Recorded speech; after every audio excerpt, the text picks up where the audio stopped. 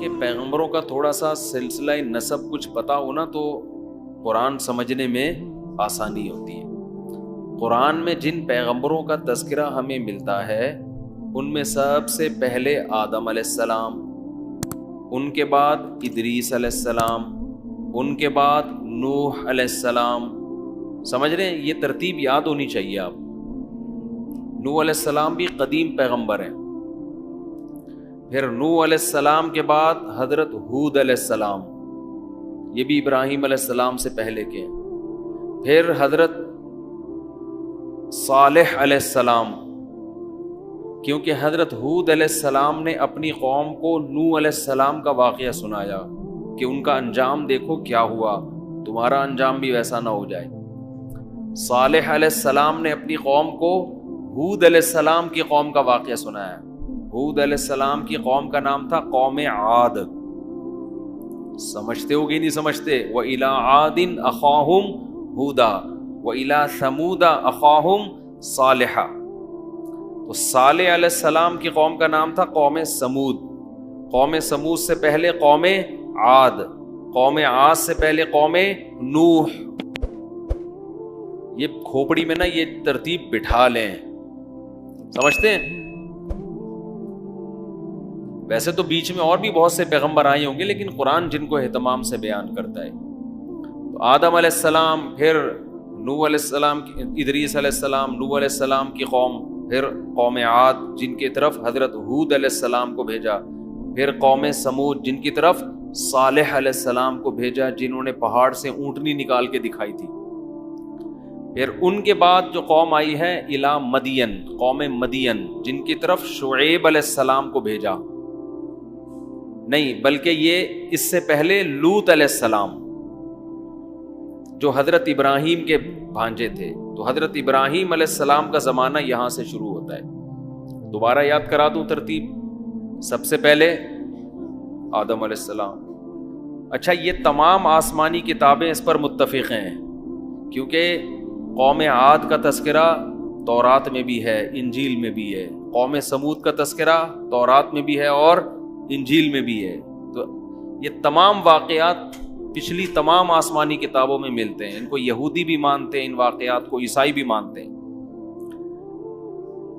تو حضرت آدم، پھر ادریس علیہ السلام کا ہمیں زیادہ تذکرہ نہیں ملتا، ان کی قوم کا کیا تھا، لیکن قدیم پیغمبر تھے. نوح علیہ السلام، ان کی قوم کو اللہ نے تباہ و برباد کیا. قدیم پیغمبر تھے، 950 سال تک تبلیغ کی ہے صرف انہوں نے.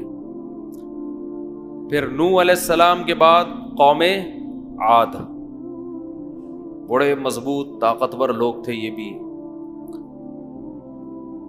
قوم عاد کے بعد قوم سمود، یہ بھی بڑے مضبوط اور طاقتور قومیں تھیں.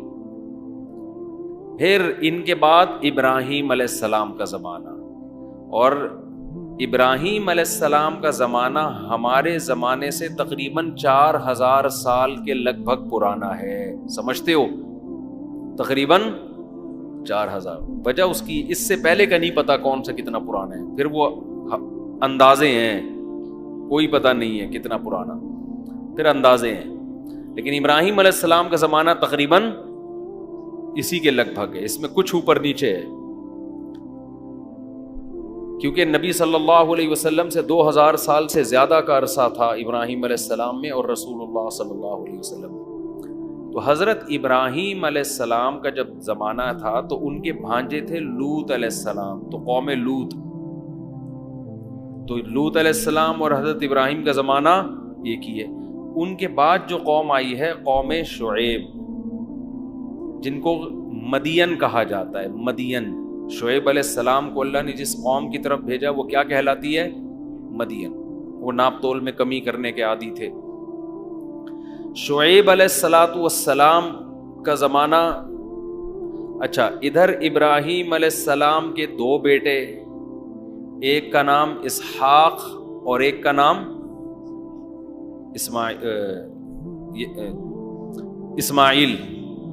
اچھا، یہ جو شعیب علیہ السلام تھے نا، بعض حضرات کا خیال ہے ان کا اور موسیٰ علیہ السلام کا زمانہ قریب قریب ہے، واللہ اعلم.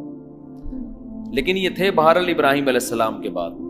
اب یہ کس زمانے میں گزرے اس کی ہمیں زیادہ ڈیٹیل نہیں ملتی. اتنا بعض حضرات کا خیال ہے کہ حضرت موسیٰ کا اور ان کا زمانہ قریب قریب ہے. تو ادھر جو زیادہ تفصیل ہے حضرت ابراہیم جو 4000 سال پہلے، ابراہیم علیہ السلام کے 2 بیٹے، ایک کا نام اسحاق اور ایک کا نام اسماعیل.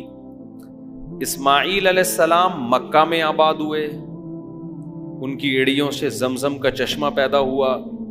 حضرت ابراہیم کی ایک زوجہ حضرت ہاجرہ وہ مکہ میں آباد ہوئیں، اور ابراہیم علیہ السلام کی ایک زوجہ حضرت سارہ وہ کہاں تھیں؟ فلسطین میں، بیت المقدس میں، ارض شام میں.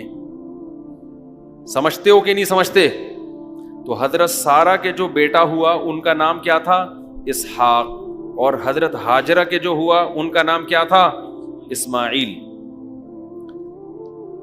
اسماعیل علیہ السلام کی اولاد ہوتی رہی، کوئی پیغمبر پیدا نہیں ہوا. تقریباً 2-2.5 سال کے بعد جا کے رسول اللہ صلی اللہ علیہ وسلم پیدا ہوئے مکہ میں.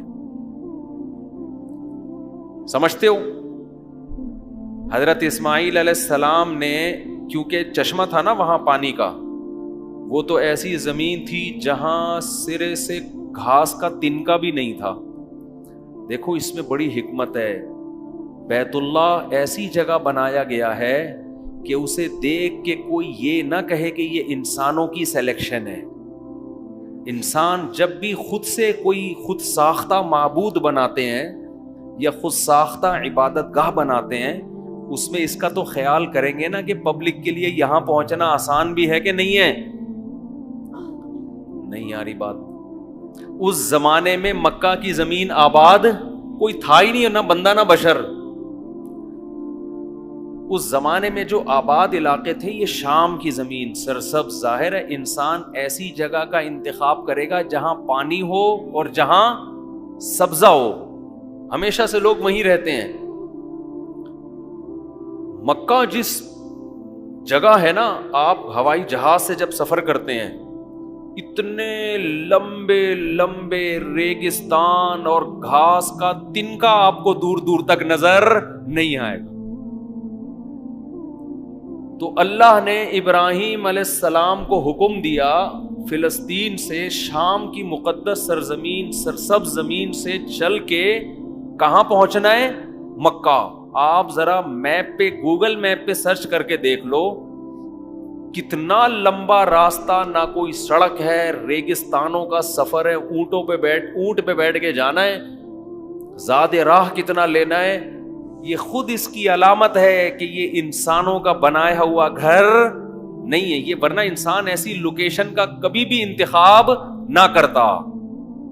سمجھتے ہو کہ نہیں سمجھتے؟ اگر یہ خود ساختہ ہوتا ہے نا، کسی نے بنا لیا ہوتا ہے، جیسے ملحد لوگ کہتے ہیں کہ بنا لیا بس بیٹھ کے، یہاں کیوں بناتے بھائی ریگستان میں؟ پیٹرول تو اب نکلا ہے نا، مارکیٹیں تو اب بنی ہیں.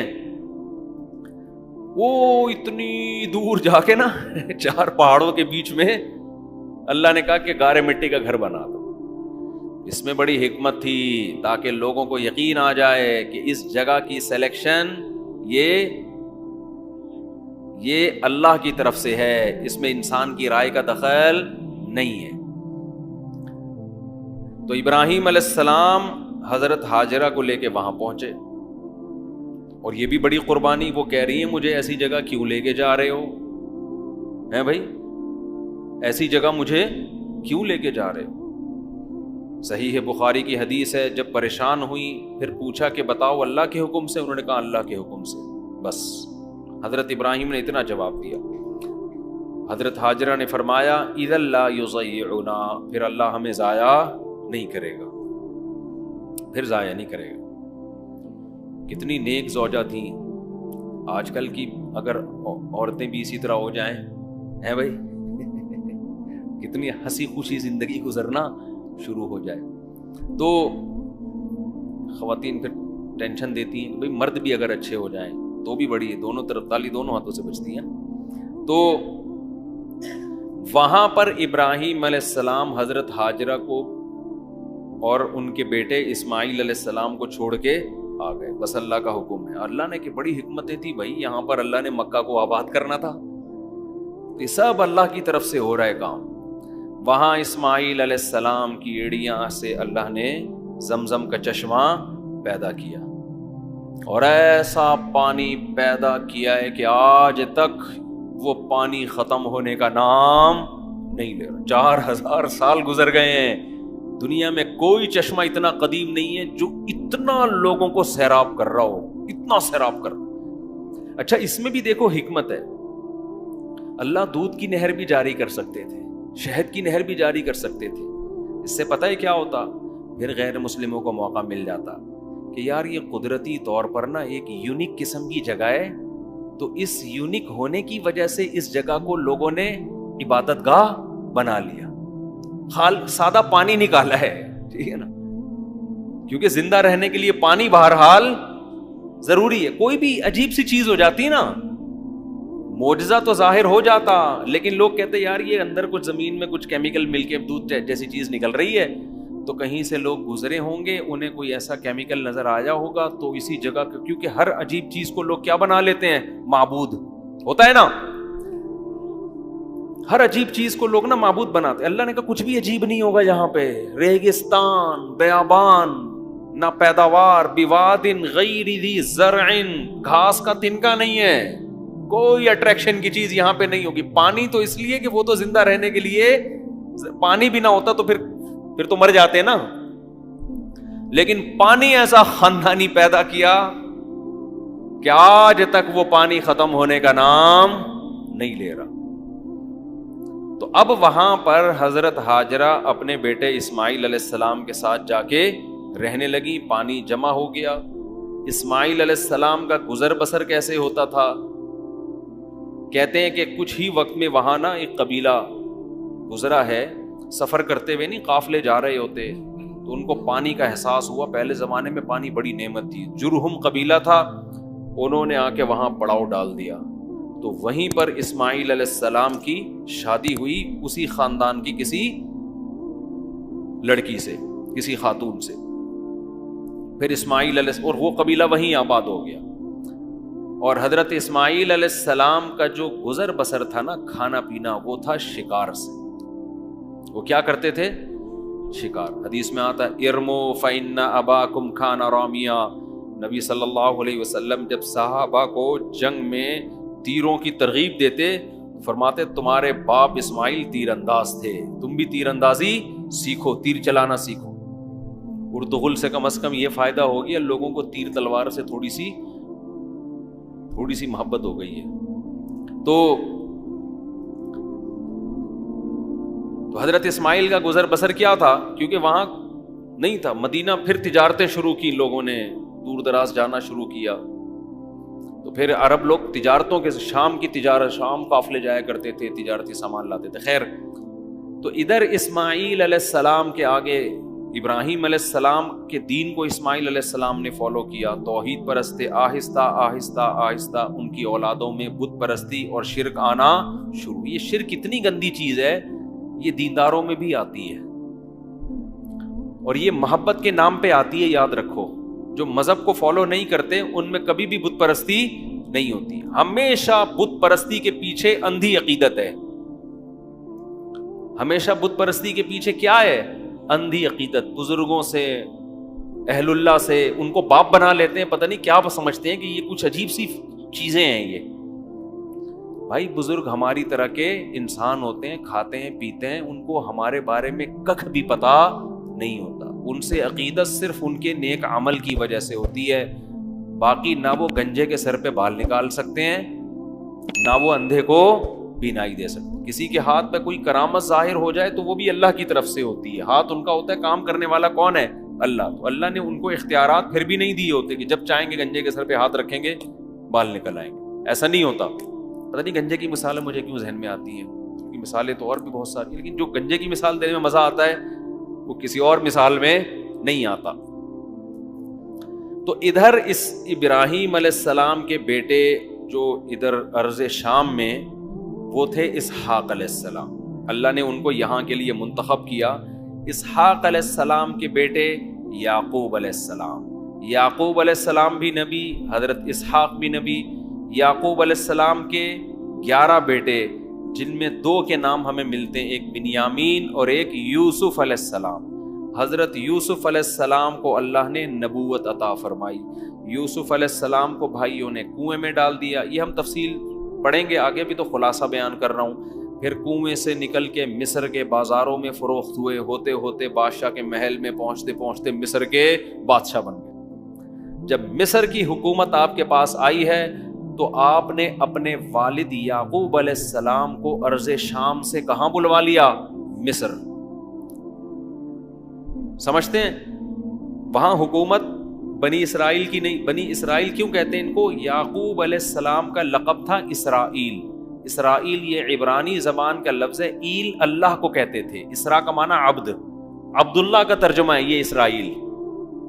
تو حضرت یعقوب علیہ السلام کا لقب کیا تھا؟ اسرائیل. تو ان کی جتنی اولادیں ہیں وہ کیا کہلاتی ہیں؟ بنی اسرائیل. حضرت یعقوب کے ایک بیٹے کا نام تھا یہودا. سمجھتے ہیں؟ تو آگے جتنی نسل چلی ہے نا ان کو بنی اسرائیل بھی کہا جاتا ہے اور یہودی بھی. اس یہود کی اس بیٹے کی طرف نسبت کرتے ہوئے. سمجھتا ہے کہ نہیں سمجھتا ہے؟ تو اب مصر کی حکومت آ گئی حضرت یوسف علیہ السلام کے پاس. تو یہ پورا قافلہ یعقوب علیہ السلام کی آل اولاد, بیٹے بیٹیاں, پوتے پوتیاں, بہویں, بہت بڑا خاندان تھا. یہ جو نحوست ہے 2 بچوں والی, یہ پیغمبر کبھی بھی اس منحوس نعرے کو پیغمبروں نے کبھی بھی فالو بولو نہیں کیا. یہ نعرہ لبرل لوگوں سے آیا ہے, ملحد لوگوں سے آیا ہے, اور اس کا عذاب کہ ان کے خاندان ختم, محبتیں ختم, خاندان سمٹ کے کتے بلیوں میں آ کے منحصر ہو گئے. کتے پالتے ہیں, یوٹیوب پہ دیکھ لو, بندر پالے ہوئے, ان کو پیمپر پہنائے ہوئے ہیں, یہ کام کر رہے ہیں وہ, بندروں سے دل بہلا رہے ہیں. ہم تو جاتے ہیں گھر میں, بچے ایسی پیاری پیاری باتیں کر رہے ہوتے ہیں. آج میں نے روزہ رکھا ہے, چڑیا والا روزہ. میں نے کہا یہ چڑیا والا روزہ کیا ہے؟ چھوٹی بچی تھی میری, مجھے کہہ رہے کہ چڑیا کا روزہ ہے. یہ کون سا؟ کہہ رہی 6 بجے سے لے کے 9 بجے تک کا ہے, پھر 9 بجے سے لے کے 12 بجے تک کا ہے. 3 گھنٹے کے روزے چل رہے ہیں بچوں کے, انجوائے کر رہے ہیں رمضان. انگریزوں کے ہاں بندر ملیں گے آپ کو, کتے ملیں گے, ان سے دل بہلا رہے ہوتے ہیں. انسان جب مارکیٹ سے شارٹ ہوگا تو گھروں میں کتے بندر آئیں گے. ٹھیک ہے, بندر بھی بڑا اچھا لگتا ہے پالنے میں, کتے بھی اچھے ہوتے ہیں, بلیاں بھی. انسانوں سے زیادہ, اپنی بچوں سے زیادہ میرے بھائی کوئی بھی اٹریکٹیو بولو نہیں. مجھے لوگ بتا رہے ہوتے ہیں بندر پالے نہیں, کتنے کیوٹ کیوٹ سے بندر, کتنی پیاری پیاری بلیاں. او بھائی اپنی اولاد سے کمپیئر کرو. یہ کام ان لوگوں کے ہیں جن کے ہاں اولادیں نہیں ہیں. اپنی اولاد کو پال, وہ بڑھاپے میں تمہارا سہارے, بندر کیا کرے گا؟ یہ تو زرداری کی تقریروں پہ ہنسے گا اور تھوڑی کوئی کام ہے. زرداری جب تقریر کریں گے نا کہ میں غربت کا خاتمہ چاہتا ہوں, مجھے غریب کو دیکھ کے ترس آتا ہے, تو بندر ہنسنے کے کام آئے گا, میم بنانے کے کام آئے گا, اس کے علاوہ تھوڑی کچھ ہوگا اس کو. تو خیر, تو یعقوب علیہ السلام کا بہت بڑا خاندان ہو گیا تھا, کیونکہ آپ نے بھی کثرت سے نکاح کیا. یعقوب علیہ السلام نے ایک بیوی سے حضرت یوسف علیہ السلام بنیامین پیدا ہوئے, دوسری زوجہ سے دوسرے, اور اس کے بعد بھی آپ نے نکاح کیے. یہ پورے بیٹے بیٹیاں, بہویں, داماد, پورے خاندان کو لے کر آپ کہاں شفٹ ہو گئے؟ مصر میں. لیکن بہرحال مصر میں آپ اقلیت میں تھے, کیونکہ وہاں پہلے سے ایک بہت بڑی ریاست قائم تھی جو غیر مسلم تھی. یوسف علیہ السلام کے ہاتھ میں جب حکومت آئی ہے تو انہوں نے دین کی تبلیغ کی. وہاں بالآخر دین کافی حد تک پھیلتا چلا گیا, لیکن تھے بہرحال مینورٹی میں. بالآخر یوسف علیہ السلام کے انتقال کے بعد کچھ وقت اچھے لوگ آئے, آتے آتے پھر دوبارہ برے بادشاہ مسلط ہونا شروع. قوم پرستی. مصر کے ہر بادشاہ کو فرعون کہا جاتا تھا, سمجھ لیں, یہ لقب تھا مصر کے بادشاہ کا. کیا کہا جاتا تھا؟ فرعون. تو ان کو نا یہ قوم پرستی دنیا میں ہمیشہ سے ایک ایسا گندا نعرہ ہے جس نے انسانوں کو برباد کیے. یہ ہمارے کنٹری کا نہیں ہے, یہ ہمارے ملک کا نہیں ہے, یہ ہماری قوم کا نہیں ہے, یہ پٹھان ہے, یہ پنجابی ہے, یہ مہاجر ہے, یہ سرائکی. یہ ایک بدبو. حدیث میں پتہ ہے ان نعروں کو کیا کہا گیا؟ یہ منتنا. منتنا کہتے ہیں جو مردہ گدھا نہیں پڑا ہوا ہوتا, یہ مردہ بکری کا بچہ, کیسی گھن آ رہی ہوتی ہے. تو آپ صلی اللہ علیہ وسلم نے قوم پرستی کے ان نعروں کو کیا کہا ہے؟ بدبودار. آپ سعودی عرب میں جائیں, وہ آپ کو ٹیڑھی نظروں سے دیکھ رہے ہیں, غیر ملکی ہے. وہ کوئی ہمارے ملک میں آئے, ہم اس کو ٹیڑھی نظروں سے دیکھ رہے ہیں, کوئی اور ہے, یہ ہمارا نہیں ہے. یہ تو لکیریں تو ہم نے بنائی ہیں بھائی. کلکم من آدم، حدیث میں آتا ہے تم سب کس کی اولاد ہو؟ آدم کی. تو یہاں بھی یہی ہوا کہ وہ کہتے تھے یہ غیر قوم کے لوگ ہیں، یہ وہاں سے آئے ہوئے ہیں، ہمارے کنٹری میں آئے ہوئے ہیں، ہمارے باپ بنے ہوئے ہیں. صحیح ہے نا. یوسف علیہ السلام تو حکومت میں تھے نا بھائی، قابلیت کی بیس پہ حکومت آپ کے ہاتھ میں آئی تھی. آپ نے تو مصر کی حکومت کو قحط سے، ہلاک ہونے سے بچایا اور مصر کی گورنمنٹ کی معاشی ترقی کا ذریعہ بنے. اس بیس پہ تو آپ کو اس قوم کا شکر ادا کرنا چاہیے.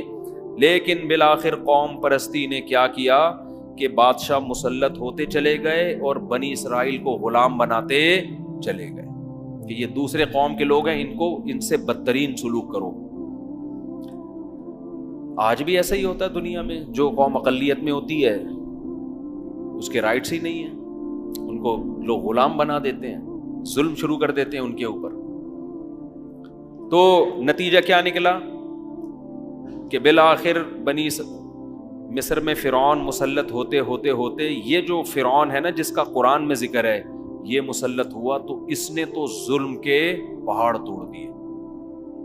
اس کو ہر وقت خطرہ لگا رہتا تھا کہ یہ قوم توحید پرست ہے، ایک نظریہ ہے اور ایک خدا کو ماننے والے لوگ ہیں، پیغمبروں کو ماننے والے لوگ ہیں. یاد رکھو جو نظریاتی قوم ہوتی ہے لوگوں کو خطرہ ہمیشہ اس سے ہوتا ہے. آج ملحد لوگ ہندو مذہب کا آپ کو مذاق کبھی بھی اڑاتے ہوئے نظر نہیں آئیں گے. آپ دیکھ لو یوٹیوب پہ ہندو ملحدوں کو جو ایتھیسٹ ہوتے ہیں نا، آپ نے دیکھا ہوگا نا ایک ہمارے ملک میں ایک لبرل خاتون مری تھی، اس کا جنازہ پڑھایا عورت نے، دیکھا ہوگا نا عورت نے. تو اوریہ مقبول جان صاحب کا ایک بڑا اچھا انٹرویو آیا کہ عورت جنازہ پڑھا رہی ہے، یہ اسلام کا مذاق ہے، اسلام میں عورت جنازہ کی امامت نہیں کر. انہوں نے کہا یہ مذاق نہ کبھی کسی عیسائی مذہب کے ساتھ کوئی کرتا ہے نہ ہندو مذہب کے ساتھ. ہر ایک کی رسومات کا احترام کیا جاتا ہے. یہ صرف اسلام کا مذاق کیوں اڑوایا جا رہا ہے؟ بھائی ہر مذہب میں ہوتی ہے نا کچھ تعلیمات. مجھے ان کا بیان بڑا اچھا لگا تھا کہ نشانہ کس کو بنایا جا رہا ہے؟ اسلام. نبی صلی اللہ علیہ وسلم پہ اعتراضات کیے جاتے ہیں، آپ نے یہ کیا، آپ نے یہ کیا. آپ نے ایک صاحب نے میرے بیان پہ اعتراض کیا، میں نے جلد نکاح کی ترغیب دی نا. ایک صاحب نے کہا کہ ان سے بولو، ان مولویوں سے بولو اپنی 9 سال کی بچی کا نکاح 50 سال کے آدمی سے کیا کریں، پھر پیغمبر کی سنت زندہ ہوگی. اعتراض سمجھ میں آیا؟ یہ جو کہتے ہیں نا جلد نکاحوں کی ترغیب، اس نے معاذ اللہ نقل کفر طنز کیا کہ تمہارے پیغمبر نے حضرت عائشہ سے نکاح کیا 6 سال میں، رخصتی ہوئی 9 سال میں. تو ان لوگوں سے بولو اپنی 9 سال کی بچیوں کا نکاح نا 50 سال کے آدمیوں سے کیا کرو، پھر ہم مانیں گے تم پیغمبر کی سنت پر عمل کر رہے ہو. اس کا جواب یہ ہے کہ اگر ہمیں کوئی 50 سال کے، ہم نبی کے دور میں ہوتے نا، اب تو نبوت کا دروازہ بند ہو گیا. کوئی سچا نبی ہو وہ 50 سال کا کیا 100 سال کا بھی ہوگا تو 9 سال کی بچی کا ہم فخر سے اس سے نکاح کریں گے، ہمیں اگر یقین ہوگا کہ یہ اللہ کے پیغمبر ہیں. اسلام میں یہ نہیں ہے کہ کوئی بھی 50 سال کا ہے تو اٹھا کے دے دو. بھائی ان کی قابلیت تو دیکھو، وہ کون ہے؟ اللہ کے پیغمبر. تو یقیناً اس سنت کو زندہ کریں گے، لیکن اللہ نے نبوت کا دروازہ بند کر دیا.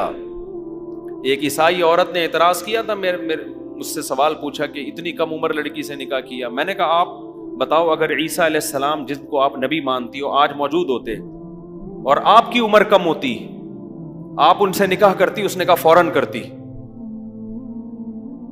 تو میں نے کہا جیسے آپ کو ان کے پیغمبر ہونے کا یقین ہے، ابو بکر کو محمد صلی اللہ علیہ وسلم کے پیغمبر ہونے کا یقین، حضرت عائشہ کو محمد صلی اللہ علیہ وسلم کے پیغمبر ہونے کا یقین. اور کیسی کامیاب زندگی گزری ہے، کس قدر ساری زندگی حضرت عائشہ نے فخر کیا ہے. تو اسلام میں یہ نہیں ہے کہ 9 سال یا 10 سال کی بچی کا کسی بھی 50 سال کے آدمی سے آپ نکاح کرتے ہیں. اگر اس کے اندر کوئی ایسی قابلیت ہے تو لوگ کرتے ہیں، آج بھی کرتے ہیں. مال دیکھ کے کر رہے ہوتے ہیں. آپ نے دیکھا نہیں ہے 70 سال کے بڈھے کروڑ پتی ہوتے ہیں، پیسوں کی بیس پر کم عمر لڑکیوں سے شادی کر رہے ہوتے ہیں، اور وہ کم عمر لڑکیاں اس نکاح پہ خوش ہوتی ہیں، کہتی ہیں ہمیں کوئی بات نہیں، بڈھا ہے کوئی مسئلہ نہیں، پیسہ ملے گا. تو جب پیسے کی بیس پر وہ کمپرومائز کرتی ہیں تو نبوت کی بیس پر نبوت تو اس کائنات کا سب سے بڑا عہدہ ہے. اور امی عائشہ کو اس نکاح سے جتنے فائدے ہوئے اتنے کسی خاتون کو کسی سے نکاح سے ایسے فائدے نہیں ہوئے. آج حضرت عائشہ کا نام جو دنیا جانتی ہے اور ادب و احترام سے لیتی ہے وہ اس لیے کہ آپ کا نکاح کس سے ہوا؟ سید الانبیاء محمد صلی اللہ علیہ وسلم سے, اور آدھا علم آپ کے ذریعے امت تک پہنچا ہے. تو یہ جتنے اعتراض پیغمبر کی شخصیت پہ کریں گے, کسی اور مذہب کے ماننے والوں کی شخصیت پہ نہیں, حالانکہ ان پر کروڑوں اعتراضات ہوتے ہیں, کروڑوں. تو اس سے ہمیں پتا چلتا ہے کہ بھائی جن تلوں میں تیل ہوتا ہے نا انہی سے تیل نکالنے کی کوشش کی جاتی ہے. ان کو پتا ہے کہ دنیا میں اگر کوئی مذہب ہے تو کون سا ہے؟ اسلام ہے. باقی کو کوئی ویسے ہی نہیں مانتا, باقیوں کو لوگ ویسے ہی لفٹ نہیں کراتے. اس لیے سارے اور پھر مسلمان علماء پہ اعتراضات, مولویوں کے پیچھے پڑے رہیں گے. ایک ملحد نے بقرعید پہ دکھایا ایک مولوی کا پیٹ اتنا بڑا نا, ایسے دکھایا, فرضی تصویر بنائی تھی اور کہا تھا یہ بکروں کا قبرستان ہے. یہ کیا ہے؟ یہ جو بکرے کٹیں گے نا اس کا کیا ہی ہے؟ قبرستان. میں نے تو نہیں دیکھا کوئی مولوی اتنے بکرے کھاتا ہو. ان بقرعید کے دنوں میں جتنا غریب آدمی گوشت کھاتا ہے نا وافر مقدار میں, اتنا امیروں کو نہیں ملتا. امیر تو پورے سال کھاتے ہیں. بقرعید کے دنوں میں اگر وہ بناتا نا کسی غریب آدمی کا پیٹ اور کہتا ہے یہ مسلمانوں میں جو غریب لوگ ہیں ان کا پیٹ بکروں کا قبرستان ہوتا ہے, ہم کہتے ہیں صحیح بات کر رہا ہے کہ ان دنوں میں جتنا گوشت غریب کو کھانے کو ملتا ہے اتنا پورے سال کھانے کو نہیں ملتا. لیکن کہاں لے کر آ رہا ہے؟ مذہبی رہنماؤں کو. تو ان کی دشمنی اسلام سے, ان کو پتا ہے دنیا میں پنپنے والا کون ہے؟ اسلام ہے. خیر جلدی سے بات کو سمیٹتا ہوں. تو بنی اسرائیل جو تھے, فرعون کو خطرہ کس سے تھا؟ بنی اسرائیل سے. ان کا ایک مذہب ہے, یہ صحیح تعلیمات کو فالو کرتے ہیں. تو فرعون نے کیا کیا؟ بچوں کو قتل کرنا شروع, ان کی نسل ختم کرو. پہلے زمانے میں نسل روکنے کا طریقہ آتا نہیں تھا, قتل کیا جاتا تھا. اب اسلام دشمن قوتوں نے قتل کے عیب سے, قتل کے الزام سے بچنے کے لیے انہوں نے نیا فارمولہ لے کر آئے ہیں کہ پیدا ہونے سے روک دو. آپ کو پتہ ہے تعلیم پہ اتنا خرچ نہیں ہو رہا جتنا بچوں کی ولادت روکنے پہ خرچ ہو رہا ہے کہ ان کو پڑھائیں گے کیسے. الٹی کہانی ہے یا نہیں ہے؟ نہیں آئی سمجھ میں؟ جو بجٹ پاس ہوتا ہے نا فیملی پلاننگ کے لیے, وہ اتنا بجٹ ہے کہ اس میں ہر بچے کو بہترین تعلیم فری دی جا سکتی ہے. یہ ایسا ہی ہے جیسے میں کہوں کہ یار میرے 6 بچے ہو گئے تو میں پڑھاؤں گا کیسے. تو ان بچوں کو کی تعلیم پہ میں نے کیلکولیشن کی 10 لاکھ خرچہ آ رہا تھا, 15 لاکھ میں نے بچے روکنے پہ خرچ کر دیے. تو دنیا میں بے وقوفی کی بات ہوگی کہ نہیں ہوگی؟ تو یہ بے وقوفی دنیا میں ہو رہی ہے. فیملی پلاننگ کے ذریعے نسل روکنے پر جتنا پیسہ خرچ ہو رہا ہے اتنا بچوں کی ایجوکیشن پہ خرچ نہیں ہو رہا. تو یہ وہ فرعون والا فلسفہ ہی ہے کہ نسل کو بڑھنے نہ دو, ان کی سپیڈ بہت تیز ہے, کل یہ بنی اسرائیل کی آبادی زیادہ ہو گئی, یہ ہم ہی کو کھا جائیں گے. تو وہی فلسفہ آج دنیا میں ہے کہ ایشیائی ملک ہیں, غریب ملک ہیں, ان کو سمٹنے دو, ورنہ یہ بڑھیں گے تو یہ ترقی کریں گے. خیر, تو اب یہاں پر اللہ نے پھر بھیجا حضرت موسیٰ علیہ السلام کو مصر میں. تو موسیٰ علیہ السلام بھی کس کی اولاد میں؟ حضرت ابراہیم علیہ السلام کی. اور ایسے پیغمبر بھیجے کہ قرآن جتنی محبت سے اور جتنے اہتمام سے موسیٰ کا تذکرہ کرتا ہے ایسا تذکرہ قرآن کسی اور پیغمبر کا نہیں کرتا. ہر تھوڑی دیر میں موسیٰ, ہر تھوڑی دیر میں موسیٰ. اور اتنی زبردست قرآن نے ہسٹری بیان کی ہے فرعون اور موسیٰ علیہ السلام کی کہ جتنے اسباق اس واقعے میں ملتے ہیں اتنے اسباق ہمیں کسی اور واقعہ میں نہیں ملتے. بہت بڑا ایک اللہ کی طرف سے نا عالی شان ایک معجزے کا ظہور ہوا اور اتنی مہلت دی گئی فرعون کو. وہ ہم پڑھیں گے انشاءاللہ جب یہ آیتیں آئیں گی, کس قدر طریقوں سے سمجھایا گیا. مختلف اس طوفان بھیجے گئے, مینڈکوں کا عذاب, خون کا عذاب کہ یہ ایمان لے آئے, لیکن وہ ہٹ دھرم ہی کرتے کرتے بالآخر قرآن کہتا ہے ہم نے فرعون کو غرق کیا اور صبح و شام اس کو آگ میں جلایا جاتا ہے, اس کی جسم کو ہم نے محفوظ کر لیا. تو اس واقعے کو جتنے اہتمام سے بیان کیا، قرآن نے کسی اور واقعے کو بیان نہیں کیا. اس سے پتہ چلتا ہے کہ اللہ کی نظر میں موسیٰ کلیم اللہ کا مقام بہت زیادہ بلند ہے. تو حضرت موسیٰ علیہ الصلوۃ والسلام کے بعد کیا ہوا؟ اب ترتیب یاد ہو رہی ہے نا؟ آدم، نوح، ہود، صالح، ابراہیم، لوط علیہم السلام، اور پھر ادھر اسحاق، پھر یعقوب، پھر یوسف، پھر موسیٰ علیہم السلام. پھر موسیٰ علیہ السلام کے بعد یہ سارے مشہور پیغمبر پیدا ہوئے ہیں. اچھا، ہمارے نبی سے پہلے جو آخری نبی تھے عیسیٰ علیہ السلام تھے، یعنی ان کے بعد ہمارے نبی آئے ہیں. تو یہ پھر عیسیٰ علیہ السلام سے پہلے گزرے نبی حضرت داؤد علیہ السلام. موسیٰ علیہ السلام کے بعد مشہور پیغمبر کون سے تھے؟ داؤد علیہ. پرسوں ان کا واقعہ بیان کیا تھا نا کہ بنی اسرائیل میں داؤد جو تھے انہوں نے قتل کیا جالوت کو، پھر اللہ نے بنی اسرائیل کی حکومت آ گئی. داؤد علیہ السلام کے بیٹے سلیمان علیہ السلام. پھر اچھا، یونس علیہ السلام بھی قدیم پیغمبروں میں سے ہیں، ان کا زمانہ بھی حضرت ابراہیم علیہ السلام سے پہلے کا ہے. تو ادھر جو تھے سلیمان علیہ السلام کی آگے اولاد میں حضرت عمران پیدا ہوئے ہیں. کون پیدا ہوئے ہیں؟ اب یہ پیغمبر تھے یا نہیں تھے اس سے قرآن خاموش ہے. تو حضرت عمران چونکہ انہی پیغمبروں کی اولادوں میں تھے، گھروں میں عبادت اور ظاہر ہے پیغمبروں کا خون تھا، تو اللہ نے حضرت عمران کو بیٹی دی جن کا نام کیا تھا؟ مریم. حضرت عمران کی اہلیہ نے منت مانی کہ میرے اگر اولاد ہوگی تو میں اسے مسجد اقصیٰ کی خدمت کے لیے وقف، وہ دین کی خدمت کے لیے وقف ہوگی. لیکن وہ بیٹی جو پیدا ہوئی تو وہ بیٹے کے بجائے کیا پیدا ہو گئی؟ بیٹی. تو حضرت مریم کے خالو تھے حضرت زکریہ علیہ السلام. تو اس سے پتہ چلتا ہے زکریہ علیہ السلام کا زمانہ اور عیسیٰ علیہ السلام کا زمانہ کیا ہے، کیونکہ حضرت عیسیٰ کس کے بیٹے ہیں؟ حضرت مریم کے. اور حضرت مریم کے خالو کون ہیں؟ حضرت زکریہ علیہ السلام. پھر حضرت زکریہ کے بیٹے تھے یحییٰ علیہ السلام. تو یہ پیغمبر قریب قریب ہی گزرے ہیں. اور یہ سارے جس کو آج یہودی یروشلم کہتے ہیں، یہ سارے پیغمبر، ان کا مسکن، ان کا جائے قرار ان سب کی یہاں تھی. حضرت مریم کے پوری تاریخ ادھر ہی ہے. لوگ جاتے بھی ہیں نا، یہودی تو بہت زیادہ جاتے ہیں، اب تو ان کے قبضے میں، مسلمان بھی جاتے ہیں، تو وہ ساری تاریخ حضرت مریم علیہ السلام کے واقعات، وہ عیسیٰ علیہ السلام پیدا ہوئے اور اللہ نے کھجور کے درخت ہلانے کو کہا حضرت مریم کو کہ کلی وشربی وقرری عینا، کہ اے مریم ان کھجوروں کو کھا اور پانی پی کے اپنی آنکھیں ٹھنڈی کر، جب ان کے حضرت عیسیٰ کی ولادت ہوئی. تو یہ زکریہ علیہ السلام تھے حضرت مریم کے خالو. تو زکریہ علیہ السلام کو اللہ نے بیٹا دیا یحییٰ علیہ السلام. سمجھتے ہیں؟ تو یہ سارے پیغمبر قریب قریب. پھر حضرت مریم کو اللہ نے بیٹے دیے حضرت عیسیٰ. یہ حضرت عیسیٰ علیہ السلام جو تھے یہ بنی اسرائیل کے لاسٹ پیغمبر.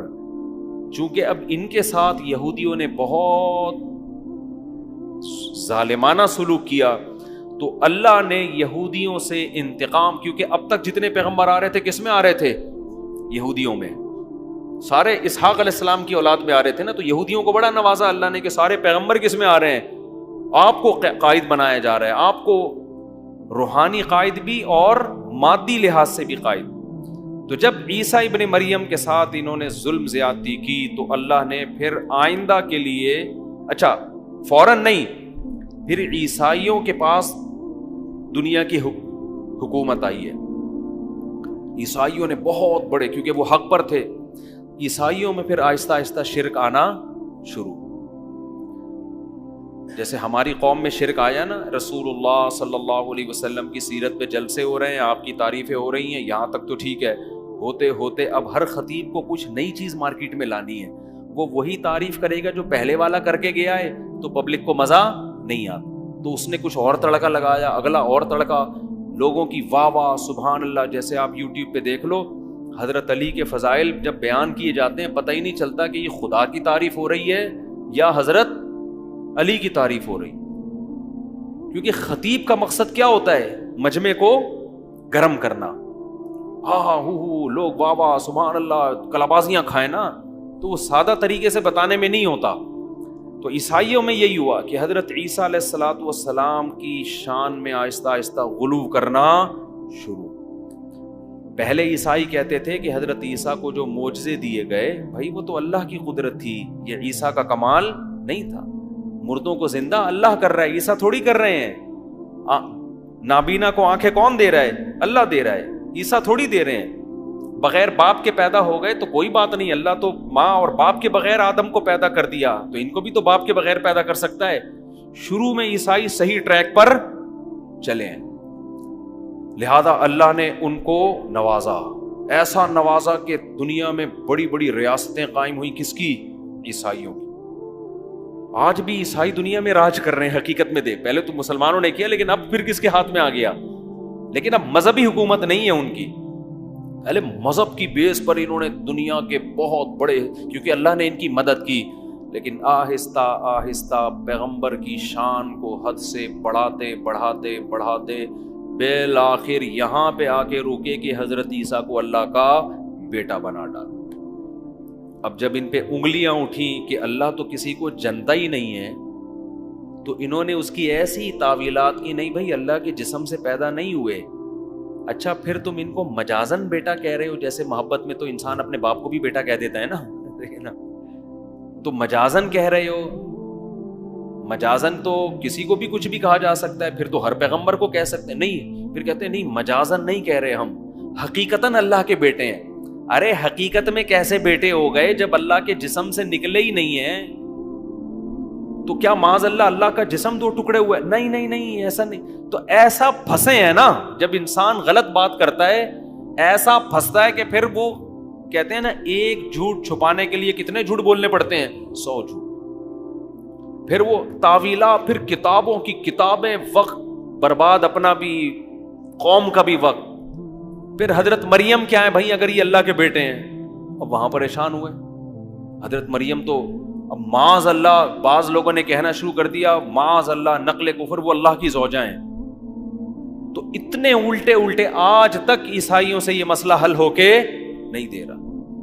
تو جب یہاں تک معاملہ پہنچا ہے تو اللہ تعالیٰ نے بنی اسحاق کے ہاتھ سے جو خلافت تھی روحانی وہ چھین کر اللہ نے ابراہیم علیہ السلام کے جو دوسرے بیٹے تھے اسماعیل، ان کی اولاد میں ٹرانسفر کر دی کہ اب قیامت تک روحانی طور پر پیشوا کون ہوگا؟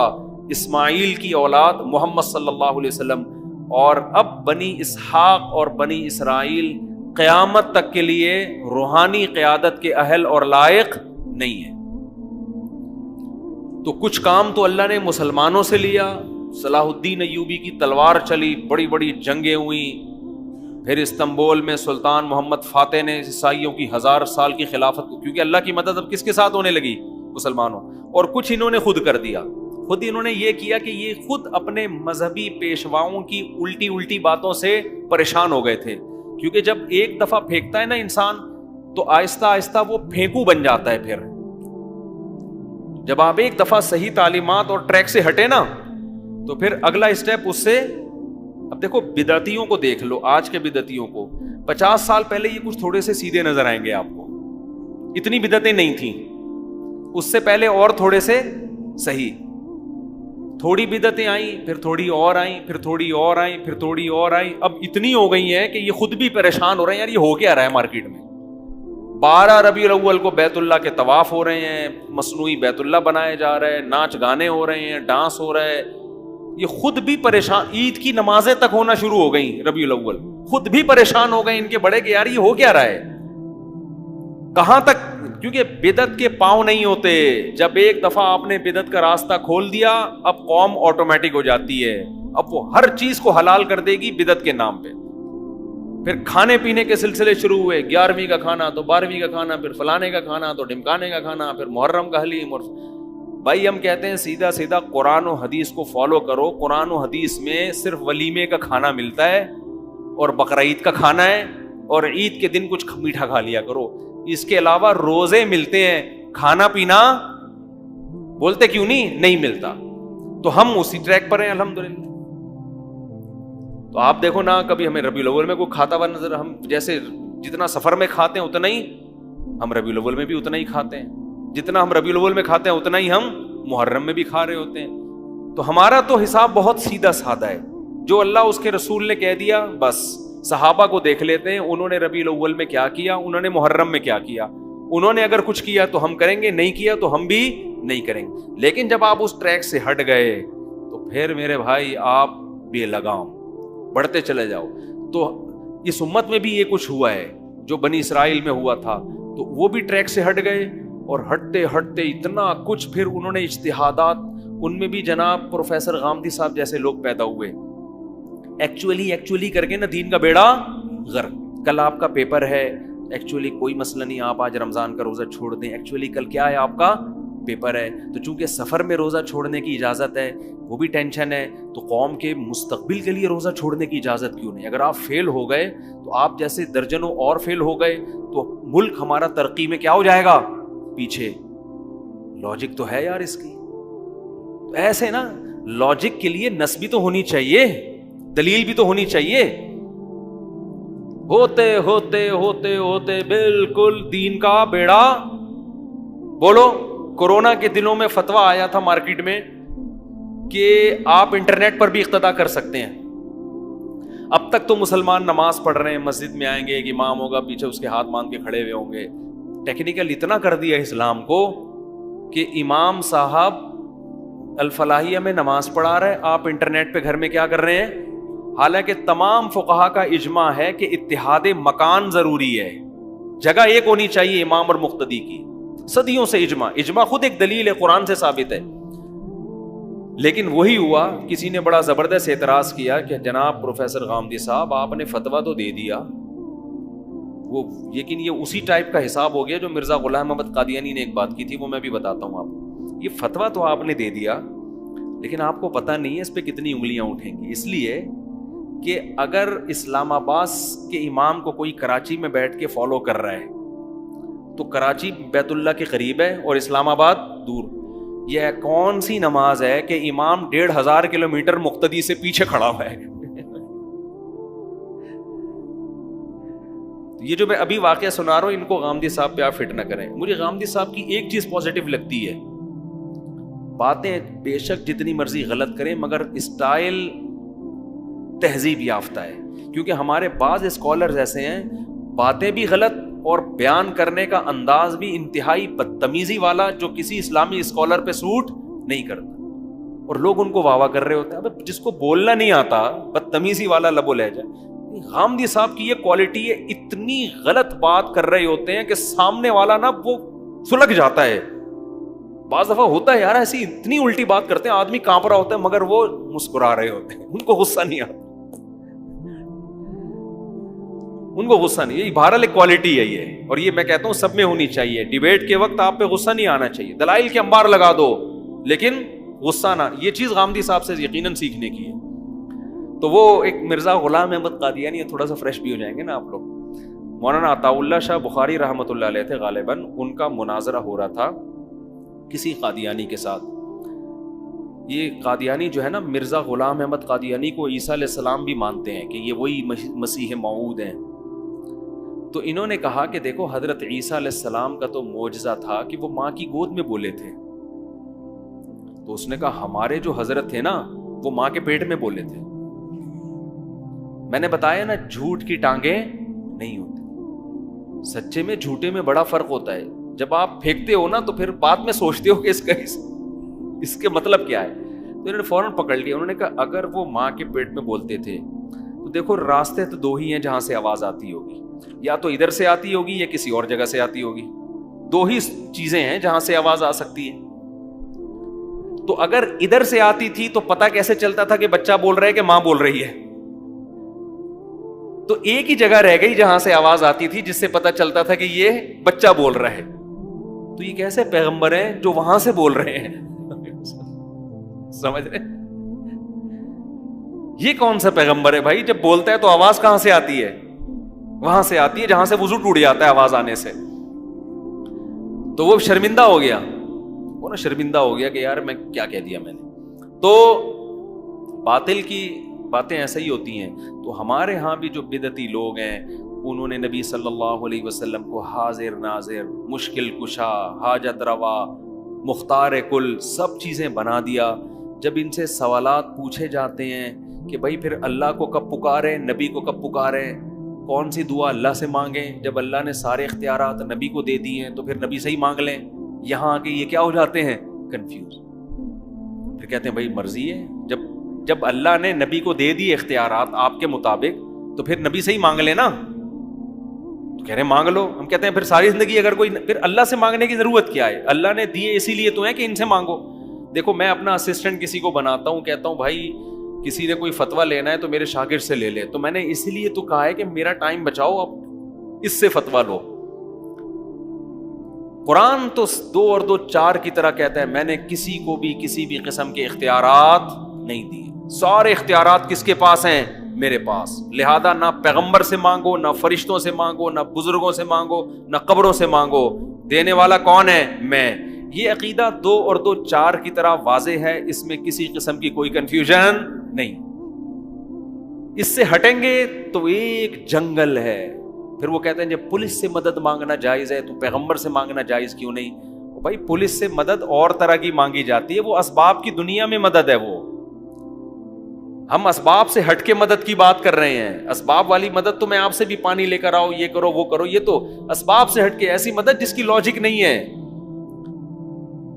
اللہ کچھ کرنے میں کسی لاجک کا محتاج نہیں ہے. وہ سب کچھ زکریا علیہ السلام کو بڑھاپے میں اولاد دے سکتا ہے. اب زکریا علیہ السلام، کوئی آدمی بوڑھا ہو، بیوی بانجھ ہو، اور وہ کسی سے جا کے اولاد مانگے، وہ کافر ہو جائے گا؟ وہ کہے نا کسی بزرگ سے مجھے اولاد دے دیں، اس کا مطلب بھائی تو کیا یہ اسباب سے ہٹ کے یہ تھوڑی کچھ کر سکتے ہیں؟ بوڑھوں کو تھوڑی اولاد ہوتی ہے جبکہ بیوی بانجھ ہو. خیر، تو کہاں سے کہاں بات چلی گئی. تو اللہ نے عیسائیوں میں جب شرک آیا، پھر عیسائیوں نے اپنے مذہب کو بڑا تبدیل کیا. یہ جو عیسائیوں میں کزن میرج ختم ہوئی ہے، خود عیسائیوں کی تحقیق ہے، یہ بھی پادریوں کی ملاوٹ ہے مذہب میں. حضرت عیسیٰ کے دین میں کزن سے شادی کی، بولو، اجازت تھی. ایک انگریز عورت نے اس پہ لکھی ہے تحقیق کہ فیملی سسٹم کو ختم کرنے کے لیے نا، خاندانی نظام کو ختم کرنے کے لیے پادریوں نے یہ کرنا شروع کیا کہ دور لوگوں میں شادی کرو، قریبی رشتوں میں شادی مت کرو. کیونکہ جب آپ اپنے قریبی خاندانوں میں شادی کرتے ہیں تو آپ کی جو روایات ہیں وہ اور مضبوط ہو جاتی ہیں. تو پادری یہ چاہتے تھے کہ لوگ کس کے محتاج ہوں؟ ہم جس کو حلال کہہ دیں یہ حلال سمجھیں، ہم جس کو حرام کہہ دیں یہ حرام. اسی کو تو قرآن نے کہا اتخذوا احبارہم ورہبانہم اربابا من دون اللہ، کہ انہوں نے اپنے راہبوں کو اور اپنے عالموں کو اللہ کو چھوڑ کے خدا بنا لیا تھا. صحابہ نے پوچھا یا رسول اللہ، یہودی تو اپنے عالموں کو خدا نہیں کہتے، عیسائی تو اپنے پادریوں کو خدا نہیں کہتے، تو کیسے خدا بنا لیا؟ اس کا جواب نبی صلی اللہ علیہ وسلم نے دیا. فرمایا کیا تمہیں پتہ نہیں ہے کہ جس چیز کو انہوں نے حلال کر دیا انہوں نے حلال، جس چیز کو انہوں نے حرام کر دیا انہوں نے حرام. حالانکہ حلال حرام کرنے کا اختیار کس کے پاس ہے؟ اللہ کے پاس. اچھا، اس آیت کا آج ہمارے ہاں غلط استعمال بھی ہوتا ہے. ہمارے ہاں نا یہی آیتیں فٹ کی جاتی ہیں چاروں اماموں پر کہ دیکھو امام ابو حنیفہ جس چیز کو حلال کہتے ہیں تم بھی حلال مانتے ہو، جس کو وہ حرام کہتے ہیں تم بھی حرام. علماء جس کو حلال کہتے ہیں تم بھی، تو اس کا اختیار تم نے ان کو دے دیا تو تم نے ان کو کیا بنا لیا ہے؟ یہ آیت کی غلط تفسیر ہے. آیت کا مطلب یہ ہے کہ یہودیوں نے، عیسائیوں نے اپنے پادریوں کو یہ رائٹ دیا ہوا تھا کہ آپ شریعت میں چینجنگ کر سکتے ہیں. ان کا یہ نظریہ تھا، جبکہ ہمارا یہ نظریہ نہیں ہے کہ امام حنیفہ شریعت میں چینجنگ کر سکتے ہیں. حلال کو حلال بتانا الگ چیز ہے، حرام کو حرام بتانا یہ تو علماء کا کام ہے، وہی بتائیں گے. اور علماء عام آدمی سے زیادہ اچھا بتا سکتے ہیں. یہ جو لوگ کہتے ہیں نا کہ انہوں نے علماء کو خدا بنا لیا ہے، مجتہدین جس کو حلال کہہ دیں یہ حلال مان لیتے ہیں. بھائی وہ حلال بتاتے ہیں، کرتے نہیں ہیں. اگر امام ابو حنیفہ اللہ کے حرام کو حلال کر دیتے تو وہ امام ابو حنیفہ نہیں ہوتے، معاذ اللہ نقل کفر، وہ کافر ہوتے، اسلام سے خارج ہوتے ہماری رائے میں. ایک طرف آپ ان کو امام ابو حنیفہ بھی کہہ رہے ہو اور ان پہ یہودیوں والی آیتیں بھی فٹ کر رہے ہو، تو یہ سینس لیس ہونے کی دلیل ہے. یہ اس کی علامت ہے کہ جس کو یہ والی آیت کا مطلب سمجھ میں نہ آئے وہ باقی آیتوں کا مطلب ہمیں کیا سمجھائے گا. تو اس لیے ہم مجتہدین کو اپنا باپ بناتے ہیں کہ قرآن و سنت ہم ان سے سمجھیں گے، آپ سے نہیں سمجھیں گے. اور ظاہر ہے قرآن کہتا ہے فَاسْأَلُوا أَهْلَ الذِّكْرِ، اہل علم سے سمجھو. سمجھتے ہو؟ تو یہ آیت کا غلط استعمال بھی. دو انتہائیں ہیں نا، گمراہی دو انتہاؤں کو کہتے ہیں. ایک تو یہ جو یہودیوں نے کی کہ انہوں نے اپنے ائمہ کو اپنا خدا بنا لیا، ان کو رائٹ دے دیا. تبھی تو پادریوں نے اتنی تحریفات کی ہیں دین کے اندر، اتنی تحریفات کی ہیں. تو عیسائیوں کا عقیدہ تھا کہ پادری کر سکتا ہے، سارے پوپ مل کے چینجنگ کر سکتے ہیں. ہمارا یہ عقیدہ نہیں ہے. نہ امام حنیفہ ایسا کر سکتے ہیں، نہ انہوں نے کیا ہے. اگر کیا ہے تو اسلام سے خارج ہیں. تو کسی عالم کو فالو کرنے میں یہ آیت فٹ نہیں کی جاتی. ہاں جب یہ آیت فٹ کی جائے گی جب آپ کو 100% یقین ہو کہ اس عالم سے غلطی ہوئی ہے، اس کے باوجود آپ اس عالم کو فالو کر رہے ہو.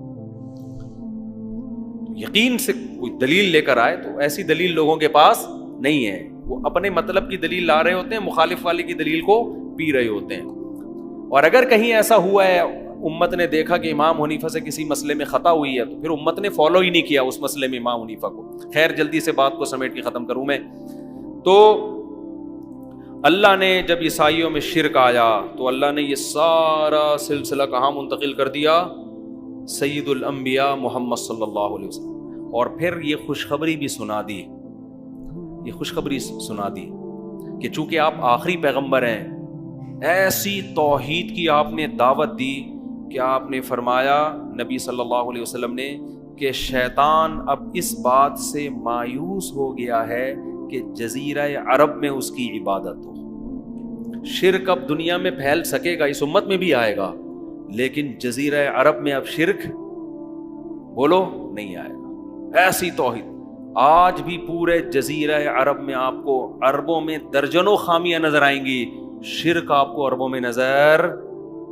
قوالیاں دیکھی آپ نے کبھی سعودی عرب میں؟ کوئی مستنڈا دیکھا لمبے لمبے بالا میں منہ میں پان رکھا اور پھدک رہا ہو بیٹھ کے اور شرکی اشعار پڑھ رہا ہو؟ کبھی دیکھا؟ عربوں پہ 10 قسم کے لوگ الزامات لگاتے ہیں، عرب یہ ہوتے ہیں، عرب وہ مجھے نہیں پتا ہوتے ہیں کہ نہیں ہوتے، لیکن شرک عربوں میں. اگر یہ قبر جو نبی صلی اللہ علیہ وسلم کا روضہ اطہر ہے فرض کرو پاکستان میں ہوتا، کیا محفوظ رہ سکتا تھا؟ سوال ہی پیدا نہیں ہوتا. شرک کا سب سے بڑا گڑھ بنا دیا ہوتا یہاں لوگوں نے. یہاں مزار پرستی ہے، یہاں قبر پرستی ہے، یہاں جن چڑیل بھوتیں بہت ہیں. یہاں پہ ہر دوسرا آدمی عامل بنا ہوا ہے. سعودی عرب میں کوئی روحانی علاج کی دکان کھول کے تو دکھائے، فوراً پولیس پکڑ کے اندر. وہ چیختا رہے کہ اس پہ قرآن و حدیث سے وہ دفاع ہو یہاں سے. بڑا آیا ٹوپی ڈرامہ. یہ سارے چورن روحانیت کے نام پہ یہاں بکتے.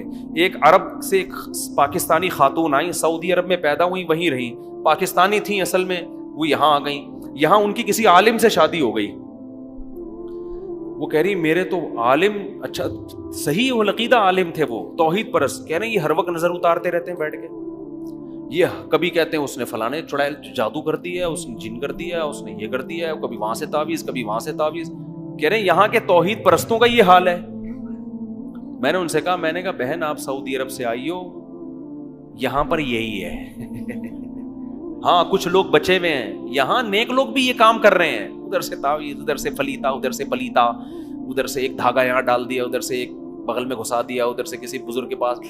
ایک آدمی کہتا ہے میں شارجہ میں 15 سال رہا ہوں، ایک پٹھان دوست تھے، انہوں نے مجھے بتایا. کہہ رہے نہ کوئی میں نے جن دیکھا، نہ چڑیل، نہ بھوت، نہ کوئی روحانی عامل. کہہ رہا ہے میں گاؤں جس دن آیا ہوں ہر دوسرے آدمی پہ چڑیل یا بھوت. سمجھتے ہو؟ تو اللہ نے ایسے پیغمبر دیے کہ آپ صلی اللہ علیہ وسلم نے 2 خوشخبریاں سنائیں. نمبر 1، میری پوری امت اب کبھی بھی گمراہ نہیں ہوگی. عیسائیوں میں پوری امت خراب ہو گئی. نبی نے فرمایا میری امت کی ایک بڑی جماعت، لا تزال طائفۃ من امتی ظاہرین علی الحق، بہت بڑی ایک جماعت ہوگی جو حق پر غالب رہے گی، تھوڑے سے لوگ نہیں، ہول سیل کے حساب سے بزرگان دین ہر دور میں نیک لوگ موجود رہیں گے، بزرگ مارکیٹ سے شارٹ نہیں ہوں گے۔ ٹھیک ہے پاکستان میں بر صغیر میں شرک بھی بہت ہے، لیکن توحید پرست بھی الحمدللہ ہول سیل کے حساب سے ملیں گے۔ تبلیغ جماعت کو دیکھ لو، ہمارے دینی مدارس میں علماء کو دیکھ لو، وہ شرک نہیں پھیلاتے۔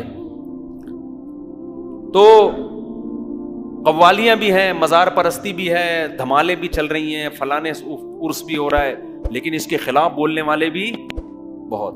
یہ تو عجمیوں میں، اور عرب میں اللہ نے ایسا کیا کہ وہاں یہ ہے ہی نہیں، ٹھیک ہے نا۔ وہاں حدیث میں آتا ہے مفہوم ہے شیطان بوریا بستر لے کے کیا ہو گیا ہے، گول جزیرہ عرب سے مایوس ہو گیا، بھی یہاں بت پرستی نہیں آ سکتی، یہاں اب شرک نہیں آ سکتا۔ تو یہ عربوں کی بڑی خاصیت ہے۔ دوسری نبی نے خوشخبری کیا سنائی؟ پہلی خوشخبری امت گمراہی پہ جمع نہیں ہوگی۔ دوسری خوشخبری یہ امت، دوسری خوشخبری جزیرہ عرب میں شرک نہیں آئے گا، جزیرہ عرب میں شرک نہیں آئے گا۔ تیسری خوشخبری امت کی ایک جماعت دین کو بچانے کے لیے ہمیشہ لڑتی رہے گی، جہاد اس امت میں کبھی بھی ختم نہیں ہوگا۔ کیونکہ دیکھو نظریاتی جنگ بھی ہوتی ہے جس کو الغزو الفکری کہا جاتا ہے، کہتے ہیں نا 5th جنریشن وار ہے، میڈیا کی جنگ ہے، یہ جنگ بھی ہے، یہ بھی چل رہی ہے۔ اور ایک جنگ توپوں اور گنوں کی بھی ہوتی ہے۔ جب نظریاتی جنگ میں لوگ ہارتے ہیں تو چودراہٹ دکھاتے ہیں، وہ باپ بن کے آپ پر اپنی رائے زبردستی مسلط کرتے ہیں۔ ٹھیک ہے مسلمان مغلوب ہو جائیں گے، لیکن ایسے نہیں ہوں گے کہ بالکل ہی مارکیٹ سے شارٹ۔ ایک وقت آئے گا کہ ایسی آہنی دیوار بن کے کھڑے ہو جائیں گے، اتنے لڑیں گے کہ اسلام کو ختم دنیا سے نہیں ہونے دیں گے، یہ قیامت تک باقی رہے گا۔ حتی یقاتل آخر هذه الامت الدجال، یہاں تک کہ آپ صلی اللہ علیہ وسلم نے فرمایا اس امت کا جو آخری حصہ ہوگا، یعنی نبی کے دور سے لڑتے بالآخر آخری لڑائی کس سے ہوگی؟ دجال سے۔ سمجھتے نہیں ہو بات کو؟ اور دیکھ لو اسلامی تاریخ اٹھا کے دیکھ لو، امت اس وقت سے، ابھی افغانستان میں دیکھ لو نا کیا ہوا ہے، قریب کتنی پاور استعمال کی گئی، کیا قربانی ہے، کہ گھر سے 10 جنازے اٹھے ہیں جوانوں کے، ٹھیک ہے نا، پیچھے نہیں ہٹے۔ رشیا کا دیکھو نا، رشیا نے بخارا پہ قبضہ کیا، مسلمان لڑے، شکست ہو گئی، نہیں ٹھہر سکے۔ پھر آیا ترمذ پہ قبضہ کیا، امام ترمذی کا شہر، امام بخاری کا شہر، سمرقند پہ قبضہ کیا، اور آذربائیجان پہ قبضہ کیا۔ بڑے بڑے فقہا محدثین ان علاقوں میں پیدا ہوئے، ہوتے ہوتے ایسا لگ رہا تھا اب اسلام دنیا سے کیا ہو جائے گا، ختم۔ بالآخر وہ فوجیں کہاں داخل ہوئیں؟ افغانستان۔ اس کے بعد ان کا ہدف تھا پاکستان۔ لیکن نبی نے کیا فرمایا؟ میری امت ایسے چین سے بیٹھے گی نہیں، مزاحمت کرے گی، وہ مزاحمت کرے گی، کیونکہ آخری نبی ہیں، آخر تک باقی رہنا ہے۔ کیا مزاحمت ہوئی ہے بھائی افغانستان میں، 16 لاکھ سے زیادہ انسانوں کا خون بہا ہے، اور اس سفید ریچھ کو، اس کے پاؤں کو اٹھا کے ایسا پیچھے دھکیلا ہے کہ اب جا کے رشیا کی معیشت کچھ بحال ہوئی ہے۔ اب بھی رشیا نے جب بدماشی دکھائی ہے تو افغانستان جیسے غریب ملک پہ نہیں، یوکرائن پہ حملہ کیا اس نے، ادھر نہیں آ رہا وہ۔ بھائی تیری معیشت خراب ہو گئی تو دوبارہ افغانستان میں آ، پھر کراچی میں گرم پانی پہ قبضہ کر، گوادر پہ قبضہ کر، دے دنادن تیرے جہاز آئیں گے اور تیرے ہی جہاز دنیا میں جائیں گے۔ ہونا تو یہ چاہیے تھا نا۔ اس نے کہا نہیں بھائی یہ میں افورڈ، ایکسکیوز می سر کائنڈلی، یہ میں افورڈ نہیں کر، کیونکہ درمیان میں ایک چیز آ رہی ہے، ٹھیک ہے، ایک انتہائی غریب ملک آ رہا ہے بیچ میں، جس کے پاس نہ کھانے کو روٹی، نہ پہننے کو کپڑا، نہ کوئی مضبوط آرمی، نہ کوئی ٹریننگ یافتہ فوج، نہ اس کے پاس ہوائی جہاز ہیں، نہ اس کے پاس ٹینک ہیں، پریشر کوکر سے تو بم بناتے ہیں بیچارے وہ۔ اور رشیا اتنی زبردست آرمی، لیکن رشیا کہہ رہا ہے کہ یہاں سے میں ٹاپ کے نہیں جا سکتا۔ سمجھتے ہو؟ تو نبی نے کیا فرمایا؟ تیسری خوشخبری، میری امت کا ایک گروہ ہمیشہ یہ جہاد رہے گا، یہ جذبہ ختم نہیں ہوگا۔ کیوں؟ آخری نبی ہیں تو اب کوئی نیا نبی، عیسیٰ علیہ السلام آخری تھوڑی تھے. پوری عیسائیت جب شرک پھیل گیا، اللہ نے کہا تم سے امامت چھین کے کس کو دے رہا ہوں. تو نظریاتی طور پر بھی یہ امت، پوری امت گمراہ نہیں ہوگی. کچھ شرک پھیلے گا تو توحید پرست بھی ہوں گے، برائی آئے گی تو اچھائی بھی آئے گی. اور جزیرہ عرب میں تو شرک ہوگا ہی نہیں. بعض لوگ کہتے ہیں وہاں مندر کھولنے کے تو ہندوؤں کی اجازت دی ہے نا، مسلمان تھوڑی مندروں میں جائیں. بعض لوگ کہتے ہیں نا دبئی میں مندر کھل رہا ہے، تو ابے عرب تھوڑی مندروں میں جا رہے ہیں، عربوں میں شرک نہیں ہے. اور تیسری، اس امت میں جہاد ہمیشہ باقی رہے گا. تو آج اسی تمہید میں بیان لمبا ہو گیا، لیکن چلو تھوڑا سا پیغمبروں کا ایک خاکہ ذہن میں آ گیا، تاکہ ہم جب آگے واقعات آئیں گے تو انشاءاللہ وہ سمجھنے میں آسانی ہوگی. سبحانک اللہم و بحمدک، نشہد ان لا الہ الا انت، نستغفرک و نتوب